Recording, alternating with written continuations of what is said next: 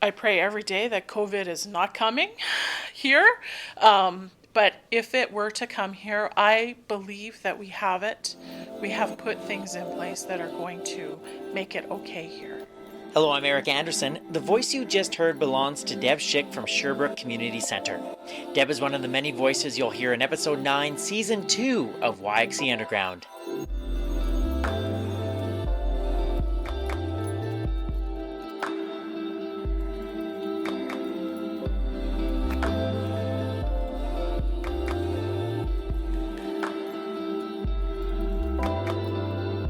COVID-19 has changed all of our lives, and that certainly applies to long-term care homes. Sherbrooke Community Centre in Saskatoon is one of those care homes.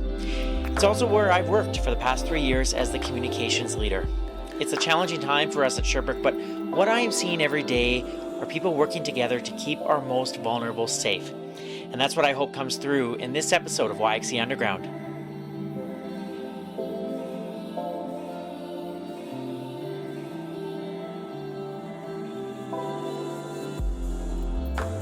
Welcome to Sherbrooke Community Centre. I'm standing in our main hallway right now, which would normally be full of residents and staff going from one part of our building to another. But like most places in Saskatoon, we at Sherbrooke have been forced to slow down. A little bit of background on Sherbrooke for you. It is a care home of 263 residents of all ages, more than 400 staff, and more than 400 volunteers. Sherbrooke follows the Eden alternative philosophy of care, which states that there are 3 plagues that are causing our seniors to die: loneliness, helplessness, and boredom. So everything that happens at Sherbrooke is geared to alleviate those 3 plagues. At Sherbrooke, residents are referred to as elders, no matter their age. So that's why you'll hear the word elders throughout this episode. Sherbrooke is normally a very busy place. It has an art studio, there's a computer lab, a swimming pool, therapies gym, an aviary, and there's even a greenhouse. We have these wonderful spaces throughout the building that host events such as concerts, church, and even Canadian citizenship ceremonies. We take our elders on excursions throughout the community to places like the Remy Modern Art Gallery, Saskatchewan Rush lacrosse games, local restaurants like Pink Cadillacs and Gibson's Fish and Chips. We normally have family members that come and visit. We normally have volunteers who help out in the pool or at wine club on Tuesday nights, or International Coffee Club on Wednesday mornings, or happy hour in the Veterans Village on Thursday afternoon. All of those things are on hold because of COVID-19. On March 15th, we closed our doors to visitors and began screening staff. From the 15th to April 3rd, this is how every staff person was greeted at the front door. Hey, Eric. Good morning, Brenda. How are you? Hey, I'm good. How are you? Good, thank you. Is this your first time here at Sherbrooke today? This is first time today. Excellent, excellent. And where are you working? I'm working in the business office today. Excellent, excellent. Okay, so as usual, every morning we have to ask you our questions. Have you traveled outside Canada or Saskatchewan within the last 14 days? I have not. Do you have a cough? No. Shortness of breath? No. A fever? No. Have you had close contact with someone who has tested positive for COVID-19? No, I have not. Oh, that's great news, Eric. Super. So I'm going to get my thermometer warmed up, and I'm going to do a temperature for you. Now, this is not a health temperature. This is a screening temperature. So we're screening, and if you are under 37 degrees, then we let you go on your merry way, and you get to go to work. And otherwise, if you screen over 37, we have an additional set of questions that we ask. Perfect. Am I good? You are 34.1. Thank you very much. Thanks, Brenda. Enjoy your day at work. Thank you. Okay, bye-bye. That changed at 6 p.m. on April 3rd when the Saskatchewan Health Authority created a new work standard for long-term care homes and hospitals across the province. Now people have to fill out a form, get their temperature taken, lots of hand sanitizing, and then they're off to work. But I wanted to share this with you to give you a sense of how things continue to change.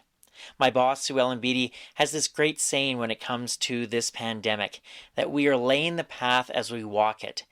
And that has certainly been the case the past 3 weeks. I mentioned that on March 15th, we closed our doors to visitors and began screening staff. The night before, I picked up my friend and colleague Deb Schick at her house at 10:45 at night so that we could record this video at Sherbrooke and post it on our Facebook page. So today we've had 4 new presumptive cases of COVID-19 here in Saskatchewan. And so that means that the Chief Medical Health Officer has implemented some more restrictions on visiting here at Sherbrooke. And so we are asking everyone that does not need to come to Sherbrooke to visit someone to please not come into our building. We are actually Deb is the leader of professional going to practice at ensure Sherbrooke, that and she's all our also the doors are manager of locked our except first for the neighborhoods, front door, and has become the person I call if I'm ever feeling sick because she's really wise and I just don't want to freak out my mom. So I always call Deb. She's a wonderful talker and her kindness comes through in her answers. Before we get to Deb's interview, I just want to explain that throughout this episode and throughout the past couple of weeks when I've been gathering these interviews, I've done my best to keep a proper social distance from staff and from elders as well. I've sort of limited myself to one specific neighborhood of our building so that I wasn't going everywhere throughout the building. It was a challenge at times, but I think you'll be impressed, hopefully, with the results. So, on to the interview with Deb. I met her in our art studio last week, and I started by asking what she remembers about that night we recorded the video for Facebook. That night was sort of the start of like, oh, we need to get on top of this. And it became very clear that we actually needed to act fast and to keep our elders safe here and our staff. And so that night, I don't think I slept that night. And then I was back the next morning to start the process of screening people at the door.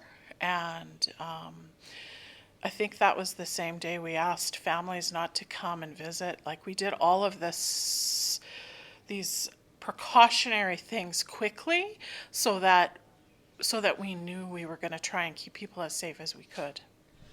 We took those steps a couple of days before it became, province-wide, that's what long-term care homes had to do. Why do it a couple of days early? Like, what went into the thinking, Deb?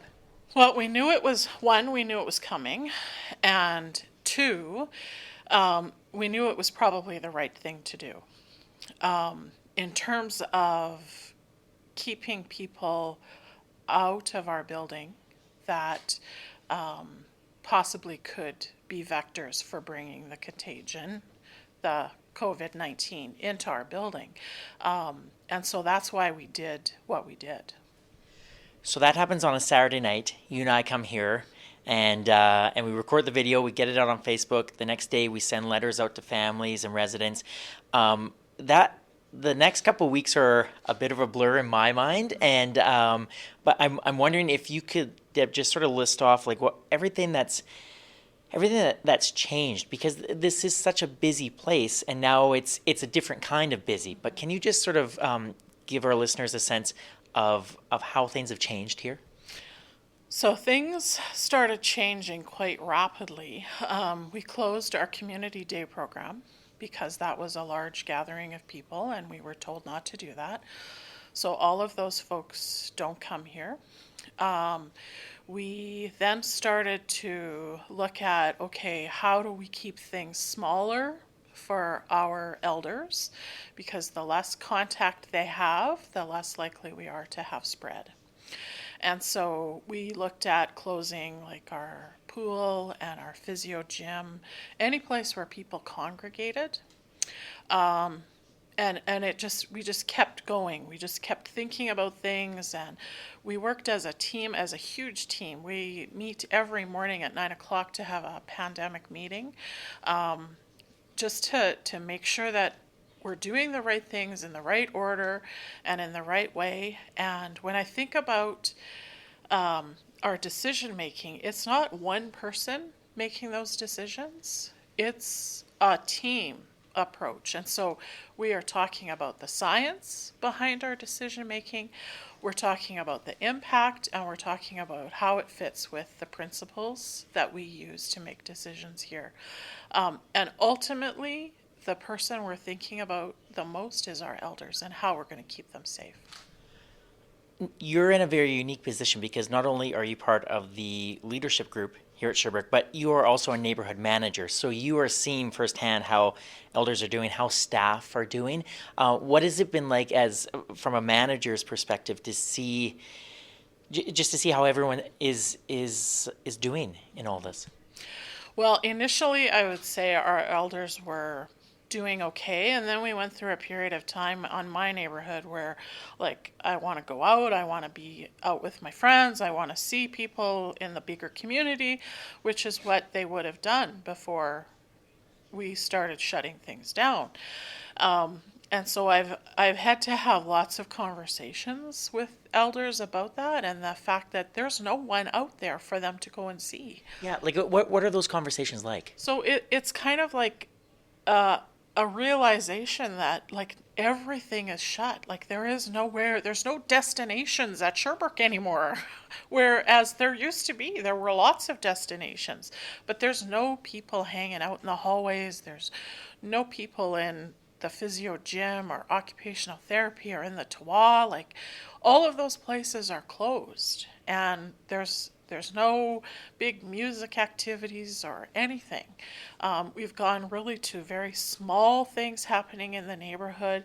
We're working on that social distancing, even in those neighborhoods, to try and keep people as safe as we can. Is that tricky when Yeah, it is. Personal care is in your personal space. It's really hard to social distance. You can't be 6 feet apart and help someone get dressed. You just can't. So that's why I believe it's so important that we're screening our staff at the front door and making sure that they are healthy to be here. We're also really encouraging people that if they're not feeling well, not to come to work. So luckily, we haven't had anyone come to work that has been sick. What types of questions are you getting from staff?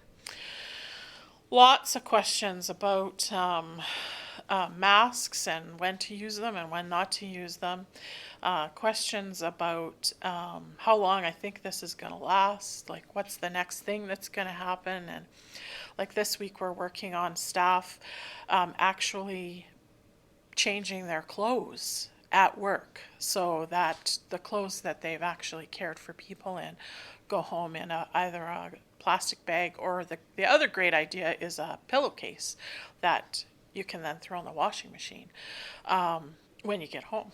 Changing your shoes at work and not taking them home, like all of those infection control kind of things. I get lots of questions about that. Surprisingly, I haven't had a lot of questions from families. I think my nurses have had those questions, but the feedback we've gotten is that families are very happy that we've done and taken the steps we have, because the reality is they're out there watching the news and they're seeing what's happening around the world. Do you ever get, this is more of a personal question, but do you ever get, like in these last 3 weeks, overwhelmed, not only with it in terms of what's happening in the world, but here at Sherbrooke, and there's so much information out there, and I ask you this, Deb, because lots of people come to you with questions, and they are looking for answers from you.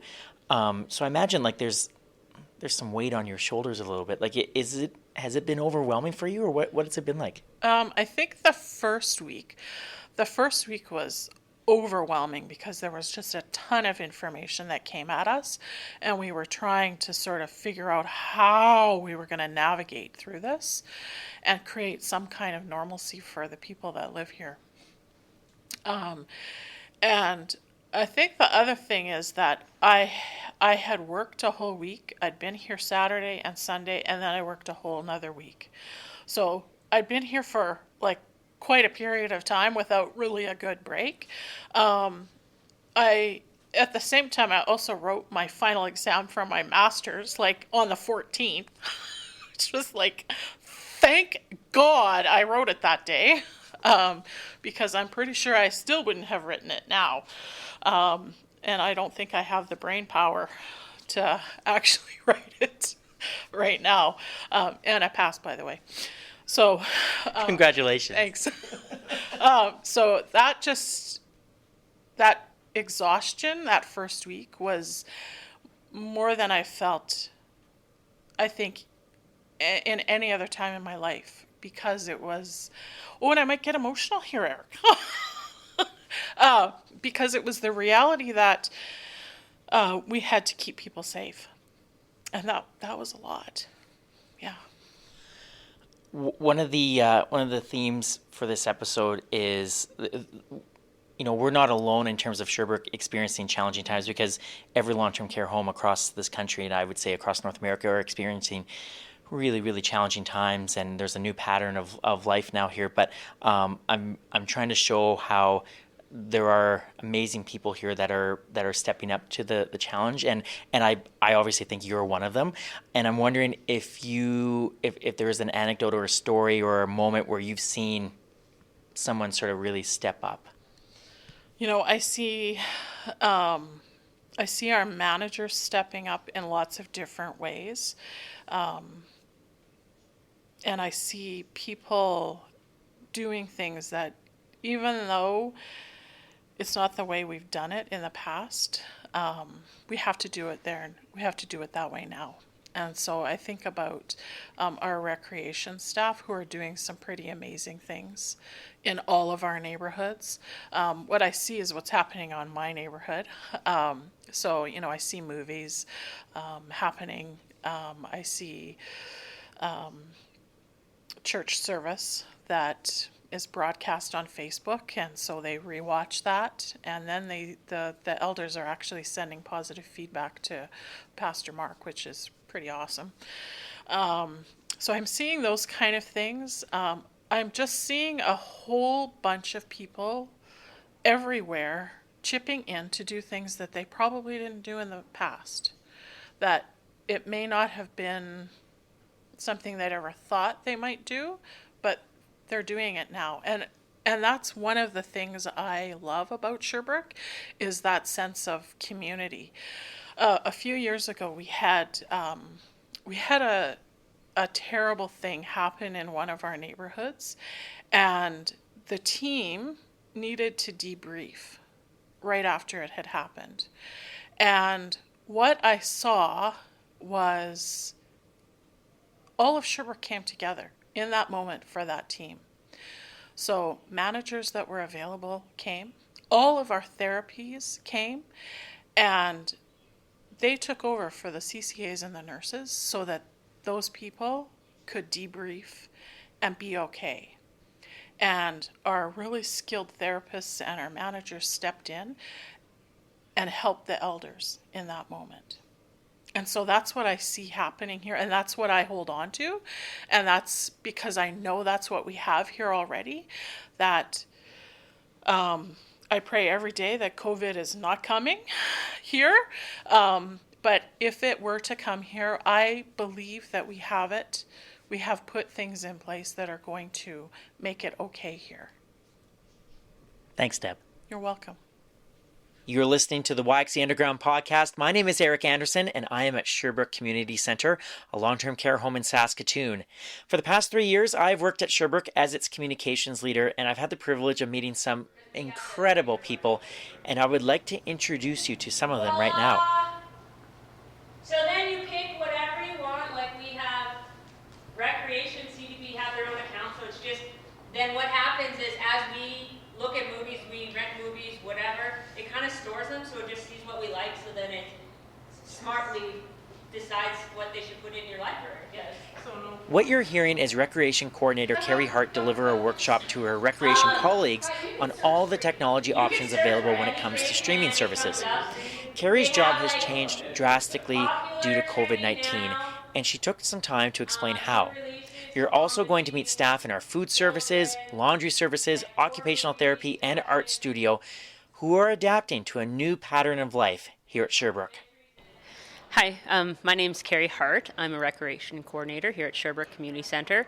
Right now, we are in the midst of getting our technology up to par, and so that our residents are able to connect with their loved ones outside of the home, since right now no visitors are allowed in.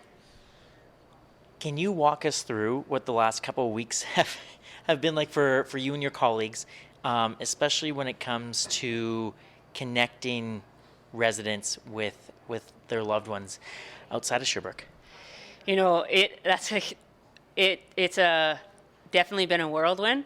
Like, it's been very busy because, you know, at first there's a lot of, I guess we want to say, panic.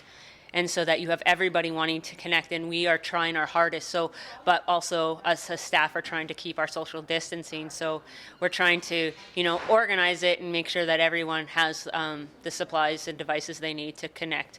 And then it's just, you know, it's so heartwarming to see them be able to talk to their loved ones, whether it be their spouse or their children or grandchildren. Like, I mean, as I could probably speak on behalf of the rest of our colleagues out there, you know, we've even shed some tears to see the happiness of that, being able to connect through either the iPad or whatever device we're using, since they cannot see them in person. And so it's been really, really, really good and really rewarding. I'll ask you in a minute about maybe one of those specific stories, but in terms of how you're able to connect with families and how families are reaching out to you, how does that work? How do you get in touch with families? So we have, like, in general, put out, like, in all of our newsletters and on our Facebook page, how they can either call our rec office or send us an email. And then we also have a resident email, so that if they don't necessarily need to talk to them but just want to send them a well wish, they can. And so that has actually exploded. I'm probably, you know, 10, 15 emails easily a day that we are printing off and sending to our residents. Also, and then they, like, as for, you know, the video chatting and stuff, they'll leave a phone number, and then we'll call back, and then we'll see who it is that they want to speak with, what best time is to speak with them in the best way. Say it's Facebook, say it's Skype, say it's just a phone call, and then we'll take that information and pass it on to the rec coordinator that is in that area, and then they will make sure that all happens. So we always make sure that we're phoning the families and organizing it so that it's usually smooth sailing. There's a lot of communication.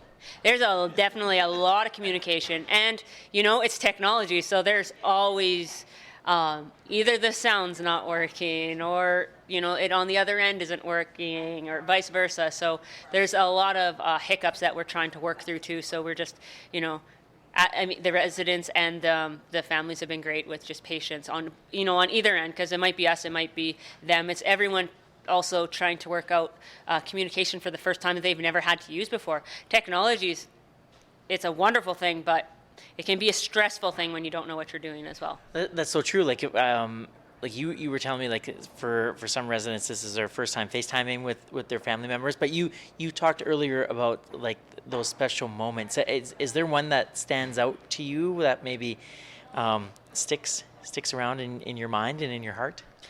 Yes, there was a family in the Veterans Village, actually, and the couple has been married, I want to say, between 55 and 65 years, don't quote me, but it was a very long time. And, you know, like, as soon as the wife was on the screen, because it's the husband that lives here, his eyes lit up, he had smiled, he had a tear in his eye, and he just said, "I miss you." And then she said, "I miss you too." And then it just kind of, just to see that true love. But then he was so happy to see, her, and that she was smiling and she was well, and then vice versa. So it also brought, like, along with that, "I miss you" and "I love you," it brought that sense of calmness to both of them, that they're both okay, that everybody is fine, they're just in different areas. So, but it just was just so heartwarming to, like, I could feel their connection and how much that connection meant to them. Right? Like, and, like, it's not very often to feel that, and, like, that's 50 some years of marriage, like that, to take it away, or, like, all of a sudden put a stop to it, like, physically, it's it's so hard on them, but to bring it back in and using our technology, it made it really, it was just, yeah, I can't even explain it, the feeling, but that's like one of the reasons that we as rec coordinators do our job, is for those moments. And I think, I think everyone throughout the building, no matter what they're doing, has been doing an amazing job. What I think is unique about your job and with your colleagues is that you, when before this started in terms of COVID-19, like Sherbrooke is such a busy place, but you're out in the community lots too. You're going on excursions. There's big events happening, small events happening, and now everything's sort of contained within the neighborhoods. We're obviously not going out in the community right now. How has your job changed in the last 2 or 3 weeks? It has changed a lot. It's honestly, it's really hard not to just be able to spontaneously pick things up and, go get that ice cream or go outside for that walk or take them shopping and stuff. So we really, as a team, had to think outside the box and start doing things differently. We're just doing, we're still trying to make sure our groups are getting done and doing different things. Like one of my colleagues, Lois, she actually, for one of the residents' birthday, made the whole house Mexican pan scramblers, because my elder really wanted these pan scramblers from Humpty's, but we couldn't go to Humpty's, so she improvised and made Humpty's here. And so, everyone loved it, and it just made its day. So it's just kind of trying to think of those extra small things that you can do to make everyone's life special. And I'm amazed by my coworkers. They are all doing an amazing job making all this happen in different ways on their neighborhoods. Because, not only are we confined to our building, we're confined to our neighborhoods, which makes it smaller. So even our elders are missing their friends from, different areas of the building, and not being able to go to work or go to the tumbleweed, go get their hair cut. There's so many things that have been taken away that we're just trying, our small, different little groups, to try and make, their lives as meaningful as possible. Some extra molds down. Hey, yeah, extra molds down. Yeah, what do you think about this?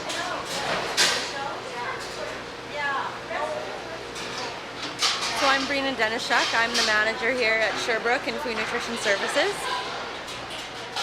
I'm Michelle Sansom, and I'm a food and nutrition worker here at Food Services, right? Yeah. That didn't sound right. I need to redo that. Oh, you're good. You're good. What have the last few weeks been like? Well, they've been different. It's been different for all of us. This is all new to us. So we've had to shut down our cafeteria and just provide takeout only. So that has really knocked our numbers down. We're providing about half the amount of food that we normally do to our customers, just because we don't have the customers. And then we're not producing as much. We don't have our CDP participants. We don't have our daycare service right now. We've lost all our iGen students, which has been really hard. So it's definitely a lot quieter, and our focus is in different areas. We're prepping and freezing a lot of food right now for, just in case, because we don't know really what the future holds. And we've also eliminated all cash service, so we're only doing debit right now, which is new to us because we were cash only before.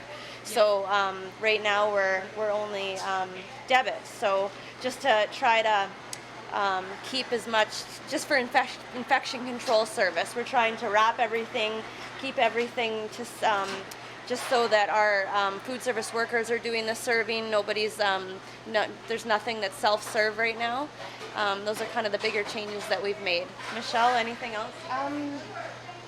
I think that everybody here is just a little uncertain of what the future might hold right now, and so everybody's just trying to stay with as high of spirits as they can. So obviously I decorated a little bit of Easter things, and we're just hoping that still a few more of our staff come through and still purchase a few, because we do fresh baking every day and things like this, right? So, yeah. With elders in our neighborhoods, then you're still bringing food up to the neighborhoods, right? Yeah, so we're providing that service, but we're just doing it in a different way. We're staying off the neighborhood. We're serving kind of from our elevator lobby area, and we're just kind of doing like a pass at the door with the CCAs, the care staff there. They're taking the food, I guess they're taking the orders, and then we're just passing the food from the door. So our food service workers are actually staying off those areas, just so we can keep people hoarded off into their areas as much as possible. Michelle, one of the things I love about this area and your team is just how like the energy and the positivity around it. Are you still seeing that in these challenging times? I think we're just trying to be right now as positive as we can and keep everybody's spirits uplifted, like when they come through here, and try and laugh and smile, and just to reassure everybody a little bit more that we're all in this together. Really we are. Yeah. We're still doing our gratitude board every day, and we're trying to stay positive, trying to think about the positive things still going on. And I know yesterday one of our food service staff did a social distancing Zumba class in the cafeteria just for our ladies, just to try to stay active, stay positive, and just keep each other going. Hi, my name is Abby, and I work here at Sherbrooke, and I work in the laundry. And I'm Cheryl, and I work here at Sherbrooke with Abby in the laundry. How have your jobs changed in the last 2 or 3 weeks? Well, we have been doing some adjusting by not going into the neighborhoods and houses to deliver the laundry. So, like different things like that. Yeah, and keeping the physical distance, and there's nobody really walking around in the hallways much. Like, our interaction with the elders has really changed. Yeah. It's quiet here, isn't it? It's so quiet. It feels like a weekend, or it feels just really, really quiet. Yes. That part is sad. Our interaction with Yes. the elders, we miss them because they've become friends to us, and then all of a sudden we can't see them, and I'm sure they miss us too. Maybe they don't, but I think they would. I think they do. I think they really miss us as well. Like, we miss the interaction with them for sure, because we did have a lot of interaction with them. So and that's a really great point that I want people to understand, is that I think when people think of staff interacting with elders, their minds maybe go to like the care staff, or perhaps a nurse, or maybe like a rec staff person, something like that. But like the laundry team at Sherbrooke is so unique because you do have meaningful relationships with elders, don't you? Oh yes, we sure do. We really do. Yeah, and we're involved in a lot of the activities, and elders often come down to the laundry to visit us. And now that's not happening right now. So And lots of times when we're delivering their laundry to their rooms, they tell us little stories about, what they used to do, or what their family is doing, or how many grandkids they have, and they really like telling us about their lives. So I bet they do miss the extra people that were around. That just that interaction, isn't it? Yeah. Oh yes. Yeah, it's really too bad about that. So hopefully this can end soon and things can kind of go back to normal soon. Yeah. How important is your job at a time like this, where we're, this entire building, this entire community is trying to keep things as clean as possible, and as trying to keep viruses and flus out of here? Like how important is your job?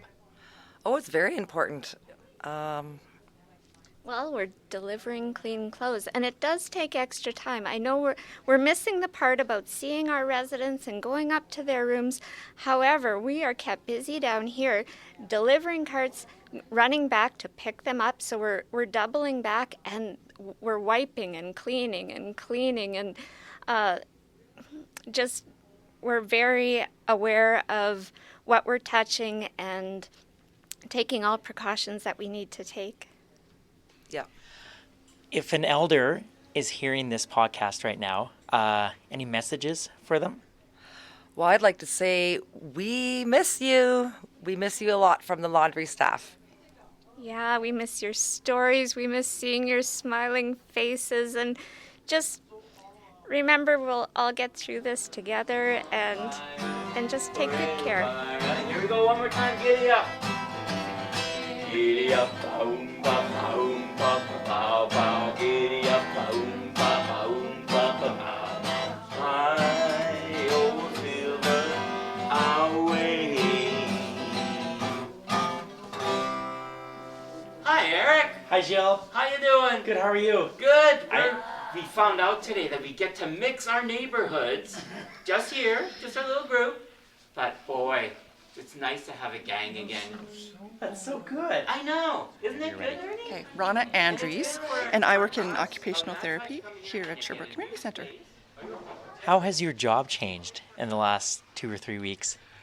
Everything about my job has changed. We've had to do everything different, but it's kind of making us be creative and think about things in different ways and how we can still do this safely and distancing just enough, and yeah.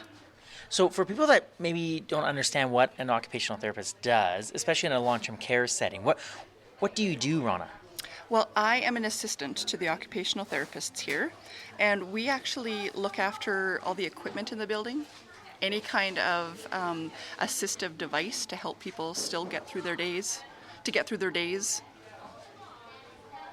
as they normally would have. Yeah. So that would be like a wheelchair, like a motorized wheelchair, stuff like that? Yes, their beds, Saskapoles, raised toilet seats, reachers, anything like that. So before all this happened, what would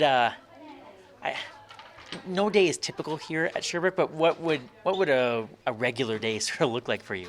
So before this, when I come to work, I work on the second floor at Sherbrooke, second neighborhoods and fourth neighborhoods. And I would come up to my neighborhoods and check the books. The staff often leave me little messages in our communication books letting me know if something is broken during the night before or something's not quite working, someone's uncomfortable, anything really. And then I go downstairs and get things that I need, have a little powwow with the therapists and figure out what we're going to do, make a plan. And then I'm sort of back and forth, up and down from my neighborhoods back down to the therapy department all day long. And so now I kind of get everything that I need and I come up and I stay here. I do as little traveling in the building as possible. Right, because your area is shut down because normally like elders would come and see you, don't they? Yes, our door's always open. Yeah. Our door's always open, and there's actually a steady stream of residents that were coming into the OT department to let us know they need help with something or some assistance with something. But yeah, so now we are coming to them and trying to figure out the best way possible to still meet all those needs from just our neighborhoods. Yeah. What are you holding right now?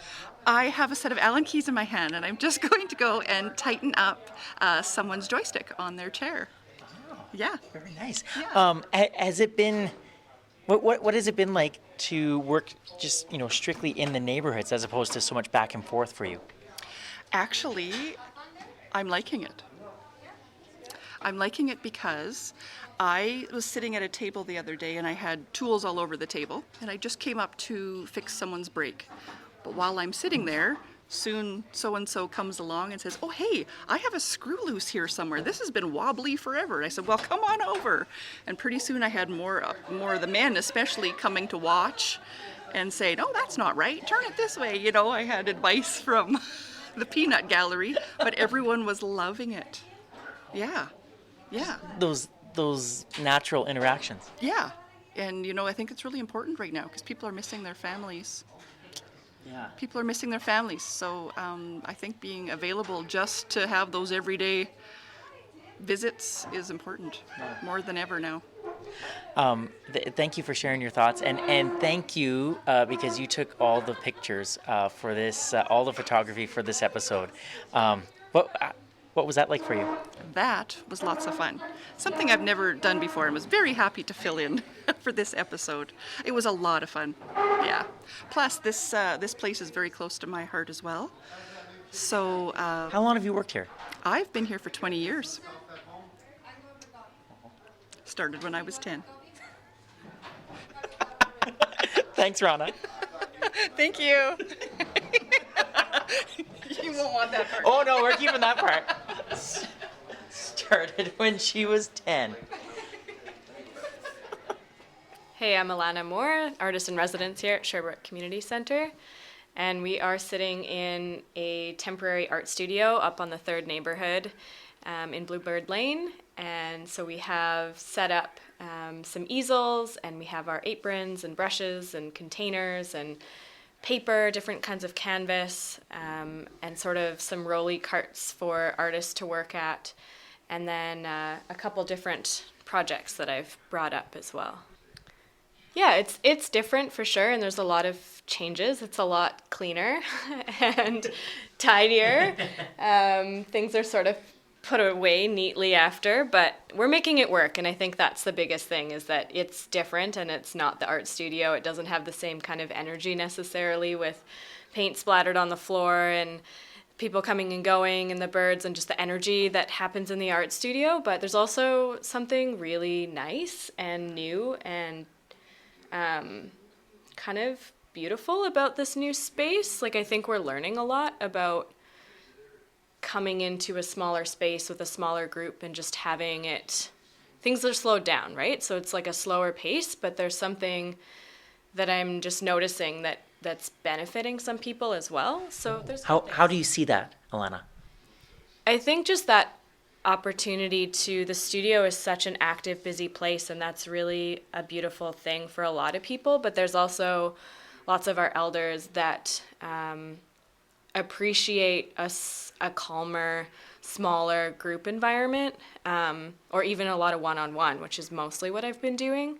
And so with social distancing, we've had maybe 2 elders in here at once, so that we can have that appropriate spacing, and so I can assist with setting people up. But yeah, there's kind of an appreciation, and just, I think also some different elders that I've got to work with that haven't joined me in the art studio, but who are joining me when I'm up here in the neighborhood. Yeah, it's so interesting. I've just been blown away by the things that I've been learning. Like, there's, I think I choose to focus on it as well, but there's definitely those positives of having kind of a concentrated amount of time on a neighborhood, and then just having a little bit more space, a little bit more time to meet new people and work with new artists. There's already been 2 artists this week who I have introduced the studio to and introduced the art. There's been sort of some interest, but it's never quite materialized into anything. But I've been working with them in their rooms. Or one of them has joined us in the main space. Yeah, so it's fascinating. So we're starting 2 things. So elders are working on their own individual projects, but in between that, I'm facilitating, the first one's a poster project.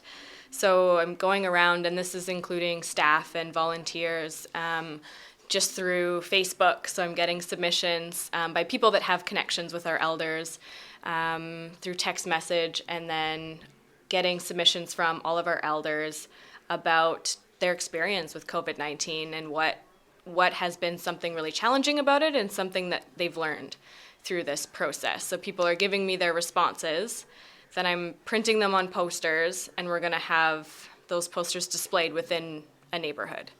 So people can sort of just have that.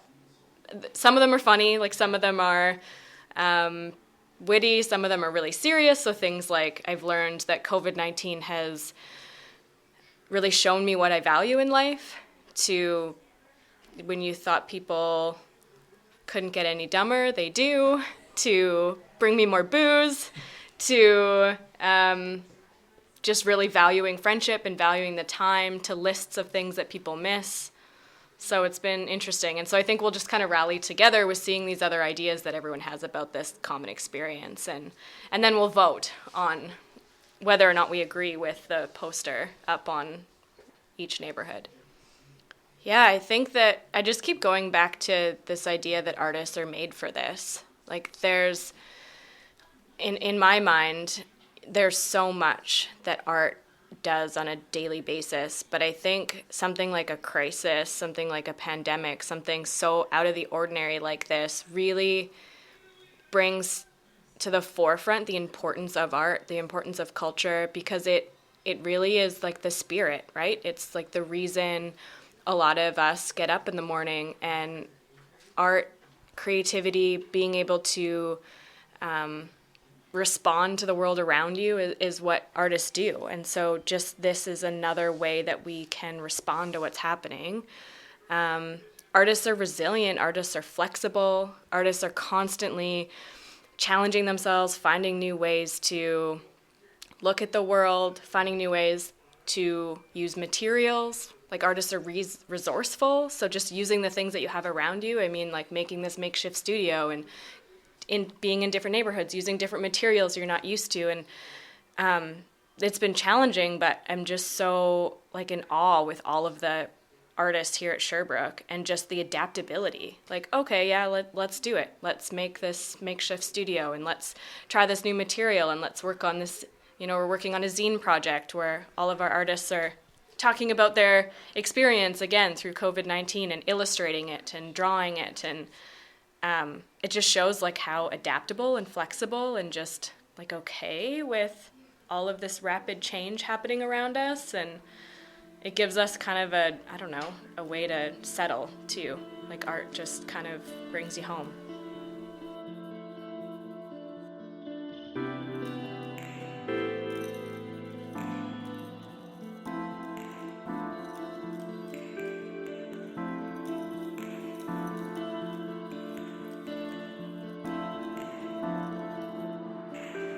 You're listening to episode 9, season 2 of YXE Underground. My name is Eric Anderson, and we're looking at how life has changed at Sherbrooke Community Centre due to the COVID-19 pandemic.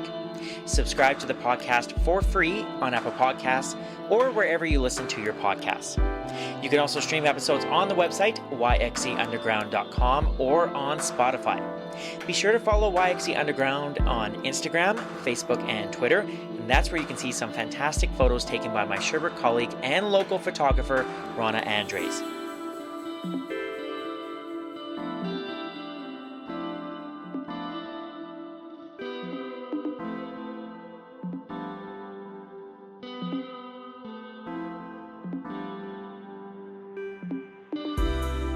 So much of the direct hands-on care that elders receive at Sherbrooke comes from our continuing care assistants, or CCAs as we call them, and our nurses. At Sherbrooke, we ask a lot of our CCAs and nurses. We encourage them to form meaningful relationships with elders, to be there for elders not only in terms of their physical care, but their emotional and mental well-being. It's hard work at the best of times, let alone in the midst of a global pandemic. I think you'll hear that struggle in this next interview. Leah Velkamp-Wallner is a CCA in Fourth Neighborhoods who has cared for elders for more than 10 years. But you'll also hear from Leah a determination to keep elders safe, and I find that so inspiring. I spoke with Leah during her lunch break and started by asking if she had ever experienced anything like this before. Never, ever. We have had outbreaks in the past, and that's so you have an idea of how you need to dress and wear your PPE and, to be careful. But this is, yeah, it's pretty earth-shattering, and trying to sift through what's fake, what isn't, and then how it's affecting our lives, and even how we have to be calm ourselves here at work so we don't scare our residents.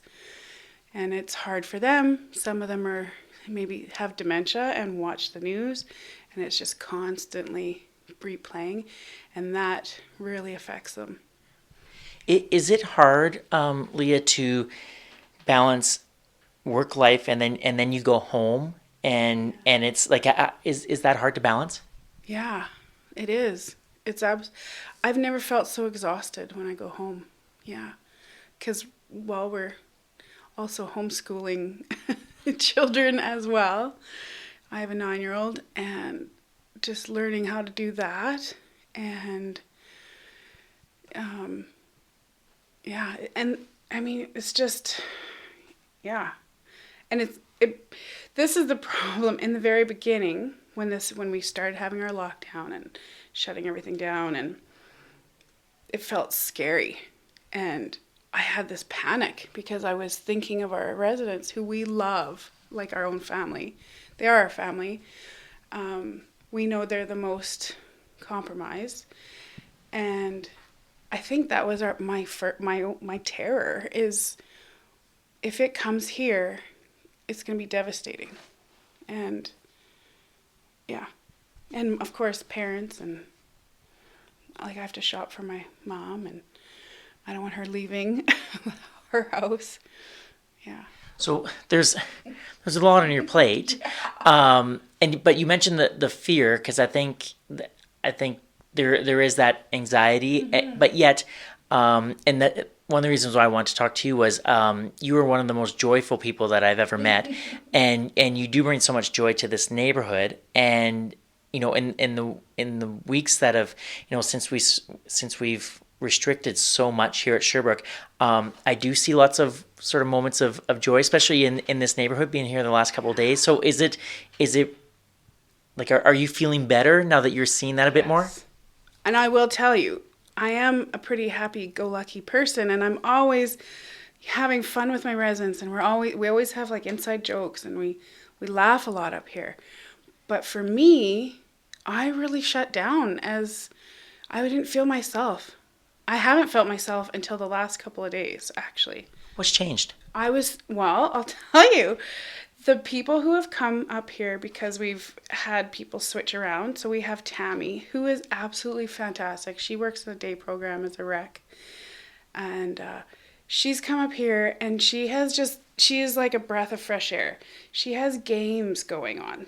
The one, I was telling you this the other day, I was feeling really sad because I had this, it's like a panic that you're holding down, and you come to work and you do your job, but I had this panic inside of me, so I wasn't feeling my happy self for the last month. And then I'm sitting on my break, because we have to be socially distant, so we have to split up now. We can't sit together and have our lunch, so I was in the dentist's room. And I heard howling and laughing. They were playing curling on the floor, like floor curling. And the residents were just beaming. And they would just crowd around, and they were playing, and they're, winning, and sweep. They had a broom. It was awesome. It was just awesome. And I felt so joyful. I actually texted my mom and said, "Mom, there is laughter. There's so much laughter." We had special breakfast today, which was eggs and bacon. We haven't had that in, I think, 2 years. So everyone woke up this morning like, I can smell bacon. Yeah, so that's really fun to get people up in the morning. Guess what? Talk about simple pleasures, hey? Yeah. Bacon and eggs. Yeah. And I have this yummy coffee that I make for some residents who like it's like flavored vanilla, hazelnut or whatever. And even that, just having that yummy smell and having a yummy flavored coffee. Just, yeah, the little things that make you laugh and smile, and it carries on your day. The residents even feel it. Even people with dementia, they feel happier. Yeah. Thanks, Leah. That was really great. You're welcome. Okay. Hi, my name is Vivian. I'm one of the nurses at Sherbrooke. I work on 4th floor. I work part-time here, and yeah. How are you doing? I'm doing fine. Right now, from a nursing perspective, yeah. I'm kind of looking at this whole thing like nurses and our staff are used to taking care of people who might be contagious. We've had flu outbreaks, things like that. And so we're used to taking care of sick people. And I'm right now just looking at it the same way. We take our precautions, we do our hand washing, everything we need to do. So that's what we're doing now. I've gotten to know you a little bit in the last couple of years, and you strike me as being a very calm, level-headed person. As as you wipe your forehead as I say that, but is that kind of approach and attitude, is that especially helpful as, during something like this? Well, I think it's helpful to stay calm, with the residents for sure, because I feel a sense of anxiety, some panic. So, just to be reassuring and just taking our usual precautions. So, yeah, I do think it's helpful. Vivian, can you describe a little bit about how life in Fourth Neighborhoods has changed in the last 3 weeks? Okay, well, obviously, just having people not being able to roam freely has taken its toll on our residents for sure. They really miss their families coming, friends and family, just having packages delivered, that's not allowed anymore. So I think they're really feeling isolated and lonely. So that's changed, but like everybody in the building has chipped in to come and the other therapies coming to help us up here and keep people occupied. So that's nice. So everybody's pitching in to try and ease that, but definitely feel it from the residents. Yeah. The loneliness, because I know that's something that we really focus on at Sherbrooke, is alleviating that loneliness. What can, as your role as a nurse, what can you do to help alleviate that loneliness? Well, just trying to connect with them, see how they're doing emotionally on a daily basis. We are busy with tasks up here on fourth floor. It just seems like one after another. So to sort of carve out extra time to do that is a challenge. But you can usually spot the people that are struggling the most. It seems like anyway, and just to give a little bit more attention, pay more attention, and just socially be more there for them. We're used to giving the occasional hug here and high five and things like that. We can't do that anymore, right? We were just talking about how I miss hugging people, and you do something that you like. Can you explain what you normally do? Oh no, Eric! I punch people in the arm. But you're trying to get me fired. No, Eric. no. But it's yeah, it's just I've always kind of done that. So I just like a quick punch to the upper arm and like, hey, how you doing, buddy? And just in a light manner kind of thing. So I can't do that anymore. I can't give hugs. I can't, we don't touch, like even putting your hand on someone's shoulder just to make them feel a little bit better. It's hard with the social distancing for sure. May I ask you a personal question? Okay. I'm just I'm wondering. My mom was a nurse for 27 years, and so I have a lot of respect for the job that you do, and I watch the news, and I probably watch the news a bit too much right now. But I see, in other places across our country, across the world, the struggles that nurses are facing, and I'm just wondering from a nurse's perspective how that makes you feel. Well, it's concerning, for sure. I watch too much too, but I think it's important to be aware and to be cognizant of what's happening in the world. And it just seems like, things just are moving along from country to country in waves. And I have no doubt that we're going to go through this too. So,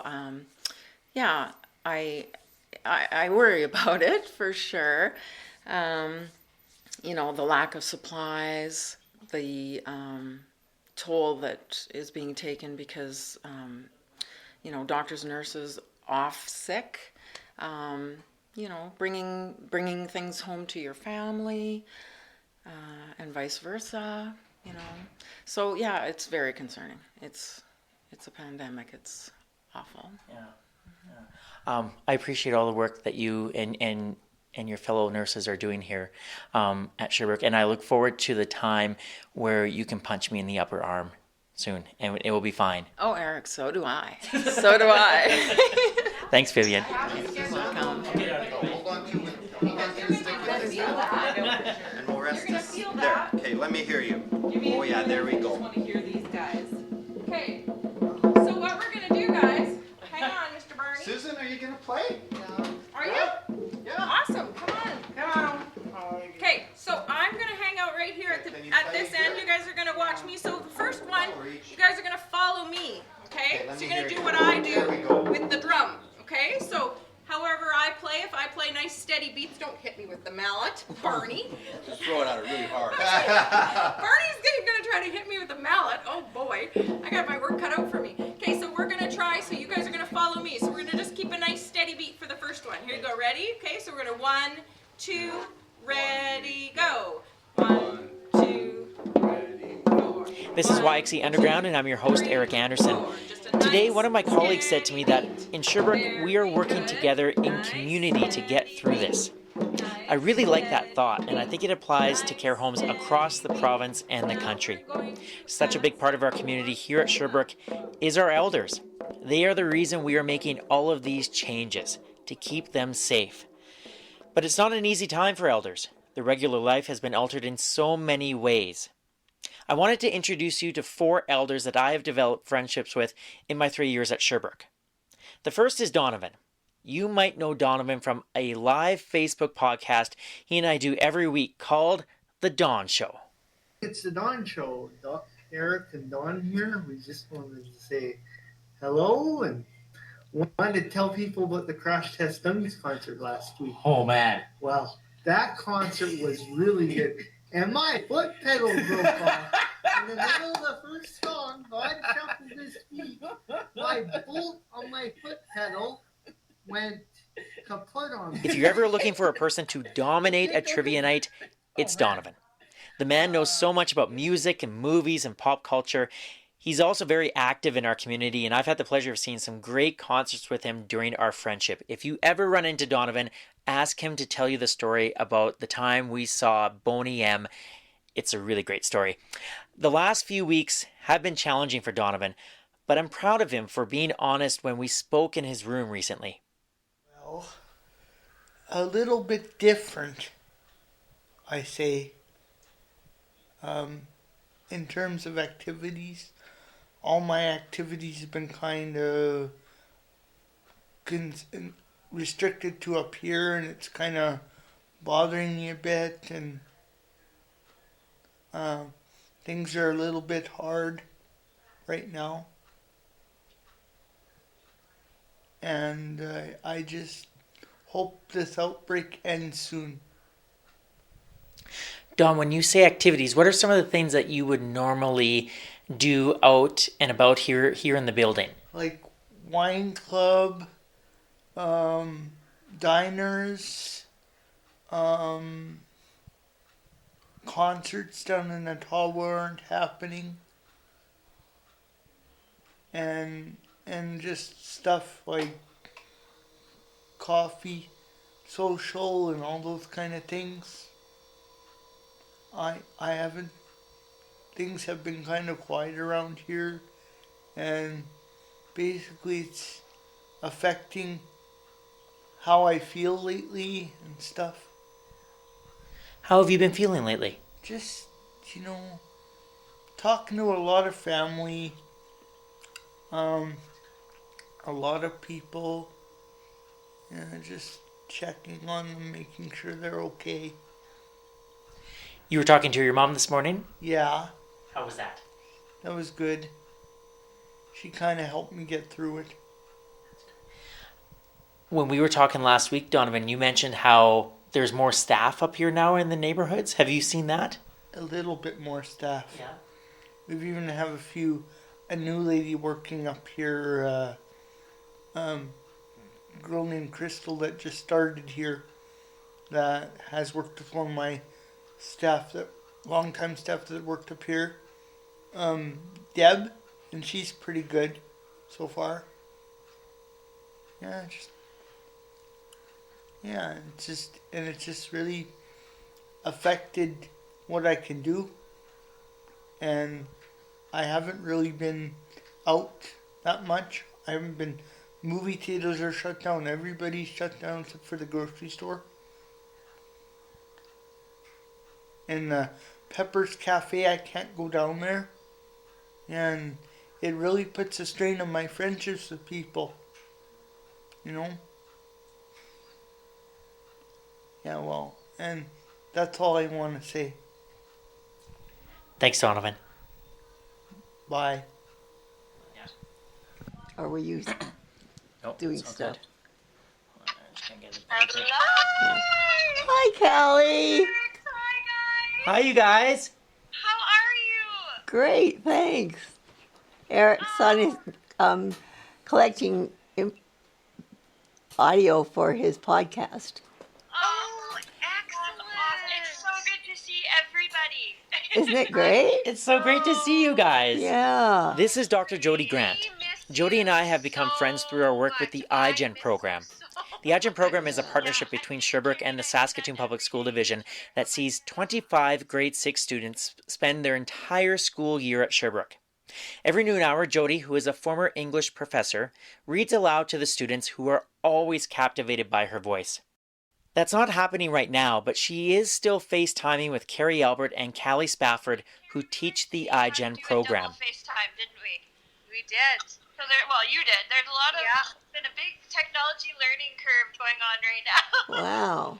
Huge. We had over an hour long meeting this morning discussing all sorts of different platforms and what teachers are doing to try to stay connected with their families and all the different methods people are using and how to upload things and download things and Was post this a meeting somewhere?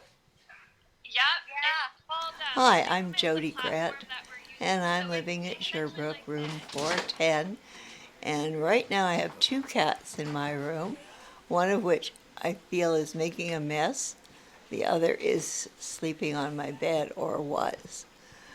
How life has changed. There's just this overriding sense of doom that sits on my shoulders. I just don't feel the energy that I usually feel. But since I got the new cat, he's not my cat, he's the floor's cat, but he doesn't know that yet. He's staying with me pretty much. There's a debate going on about his name because I'm calling him Tux because he's a black and white cat and it looks like he's wearing a tuxedo. And unfortunately, the name he came with is Huey or Howie or something. It's on his name tag. Obviously, I don't think that name says anything, whereas Tux conveys a whole lot of meaning.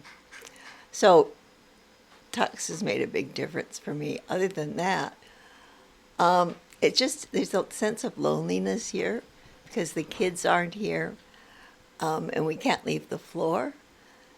If the weather was better, that would be very difficult for me. But right now, since the weather is terrible, I'm just as happy as can be to stay in my room or stay on the floor. Would be nice to be able to go up and down. It's April 2nd right now, and it was about minus 26 this morning. Just to give some context, but I know you love your warm weather and sunshine, so I'm hoping that all this is done by the time that the weather gets warmer.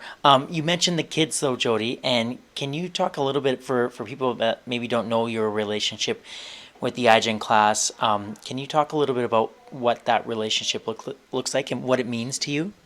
It means the world to me, quite honestly. I go down and read to them every day. And having them gone, I feel bereft of what I live for. Those kids mean so much to me. And I miss them. I miss their hugs and their smiles and just being with them. I have been emailing with some of them, and that's been good. But overall, they brought a sense of life to this building. Just having those young people here was great. I know a lot of people miss them, but they're gone. So that's the downside of this whole disease. And the thing is, if this goes on, like you said, into the summer where it's warm and sunny and nice and I can't go outside, oh my God. So I hope everybody out there is really being cautious and following all the rules. And I heard about this weekend that there was out at Pike Lake that people were partying and getting close together, and it just tore my heart apart that they were not following the restrictions that we've got, because it's just making it worse for all of us. Hey, wait for me. I'm coming.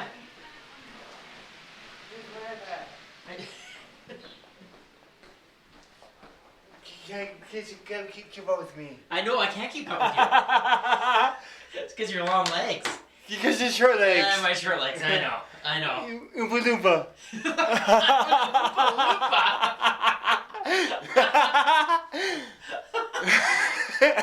Come on, Dave.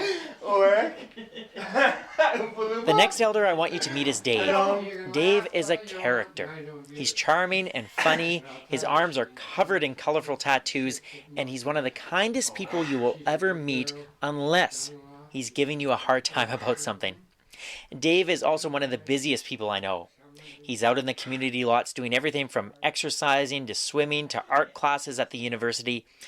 So when I eventually catch up with him in his room, he doesn't hold back about how bored he is right now. He's also not shy about making fun of yours truly. it's slow and boring. Slow and boring. Yeah. Can you tell people what your regular life is like? Because it's very busy. I know. It's because I can't go outside.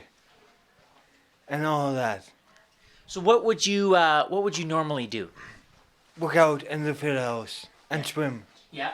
So you work out at the field house, you swim, but you do art classes at the university. Yeah. Yeah. And sometimes we go for movies. Mm-hmm. Yeah. So you're a busy guy. I'm quite busy. You're busy. So what have you been doing to keep yourself? Video games. Video games? Yeah. Tell me about the games. The Switch and the Xbox One. Okay. What games you playing? Nintendo, Pokemon, and Skyrim.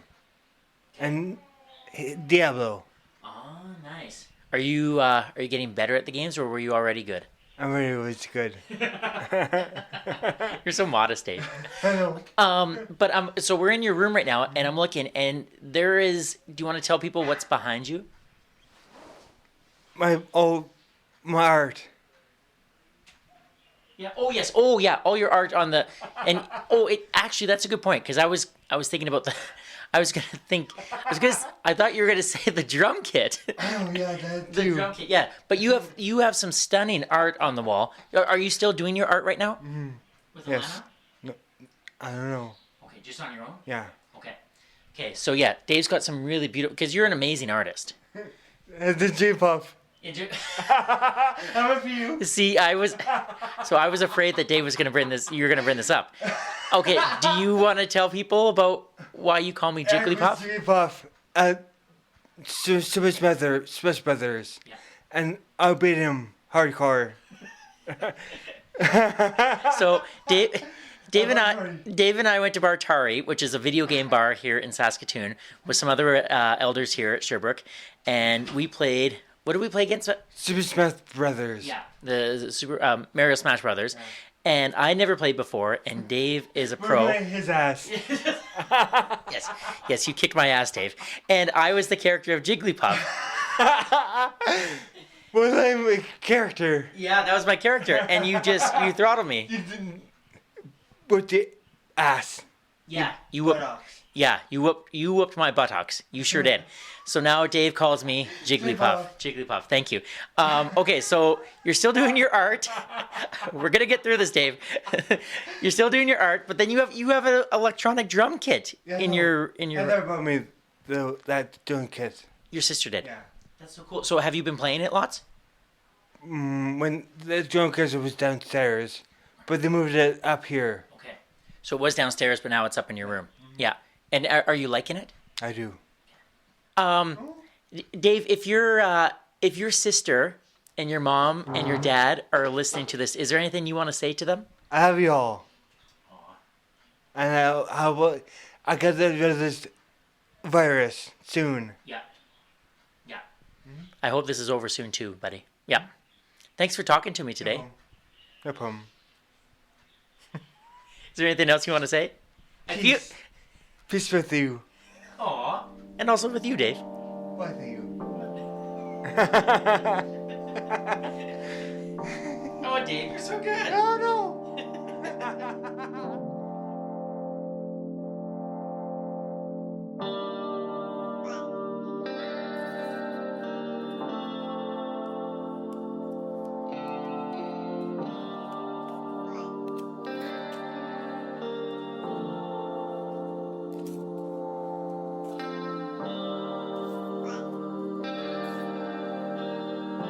The last elder I want you to meet is Alice. Last October, my grandma passed away at the age of 92. I was pretty upset as she was an incredible person. When I was telling Alice about my grandma, she put her hand on my shoulder and said that she would unofficially adopt me as her grandson so that I would still have a grandma. I think that sums up nicely the type of person Alice is. Do I say hi, Eric, or anything? Sure. Hi, Eric. My name is Alice Cowell, and I live on second floor at Sherbrooke, and I love it here. Alice, these are very interesting times we're in right now, but you were just telling me about how you've been in touch with your family. What has that been like for you? It's been good, but I have to cheer them up because they're the ones that are worrying. I'm not. I know that, I'm in the best place I could be. I wouldn't dream of being any other place right now. If I'm hungry, they feed me. If I'm sick, they look after me. I mean, we have everything here that we need. I need a haircut, but it'll grow a little bit more. It'll be all right. But my family, they worry. I know they do. They don't need to. Nobody needs to worry about us. We're good. For the record, I think your hair looks lovely. Well, thank you, Eric. You're a charmer. Alice, what has life been like here at Sherbrooke for you in the last few weeks since we've had to make so many changes? How has it been like here in your neighborhood? Oh, I don't mind being in my neighborhood at all. I mean, the therapists come up here, and I'm still exercising. I've had to give up the pool. They wouldn't move the pool up here, but and I miss it, but that's okay. It'll be there when I'm ready. And we've been doing different things here. We're never lonely, really. My Sherbrooke family keep me busy enough, so I don't have time on my hands that I don't know what to do with. It must be nice for you to still, like you said, your Sherbrooke family, that you still get to see everybody, don't you? That's right, and I know everybody, all the care aides and the therapists that are here. And, they're just amazing bunch of, I don't know how Sherbrooke got so lucky to get a staff like they have. They just work together like a family, really. Better than some families. I think you're one of the wisest people I've ever met. And so I'm wondering, during this time where a lot of people are looking for some pearls of wisdom, do you have any advice that you would like to share with people? The only thing I could share is just love one another and be kind to one another and look after one another. That's what we need. That's what's happening, and it's, maybe so good will come from this. maybe it's not going to be all bad, because people sure have stepped up and are helping one another.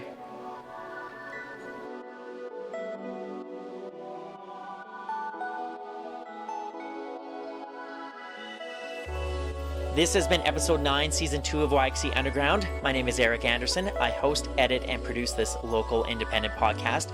A big thank you to my Sherbrooke colleagues and our elders and just the whole Sherbrooke community for being so wonderful to work with. Despite the circumstances, this was a great experience and I hope I did you proud. If you want to learn more about Sherbrooke, you can visit the website at sherbrookeCommunityCentre.ca. Listen and subscribe for free to YXE Underground on Apple Podcasts, Google Podcasts, Stitcher, or your favorite podcast app. And you can stream episodes on Spotify or the website yxeunderground.com. If you know of someone who is doing something great in our community but is flying under the radar, let me know. You can send an email to ericandersonyxe@gmail.com. And don't forget to leave a review of the podcast if you like what you just heard. You can find YXE Underground on Instagram, Facebook, and Twitter, and that's where you'll see some fantastic photos from Sherbrooke taken by my friend and colleague, Rana Andres. Rana, thank you so much for filling in for Janelle in this episode and doing just an incredible job. It was so much fun to work with you.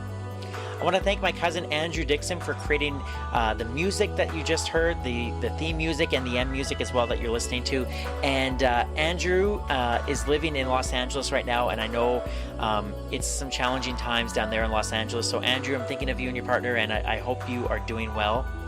I want to thank Danger Dynamite for maintaining the website, and I would like to acknowledge that all of these interviews took place on Treaty 6 territory and the traditional homeland of the Métis. YXE Underground is a production of the Salthammer Production Company. My name is Eric Anderson. Thank you so much for listening. Please take care of yourself and one another. Practice physical distancing. And as Deb Schick would say, wash your hands, wash your hands, wash your hands. We'll talk to you soon, Saskatoon.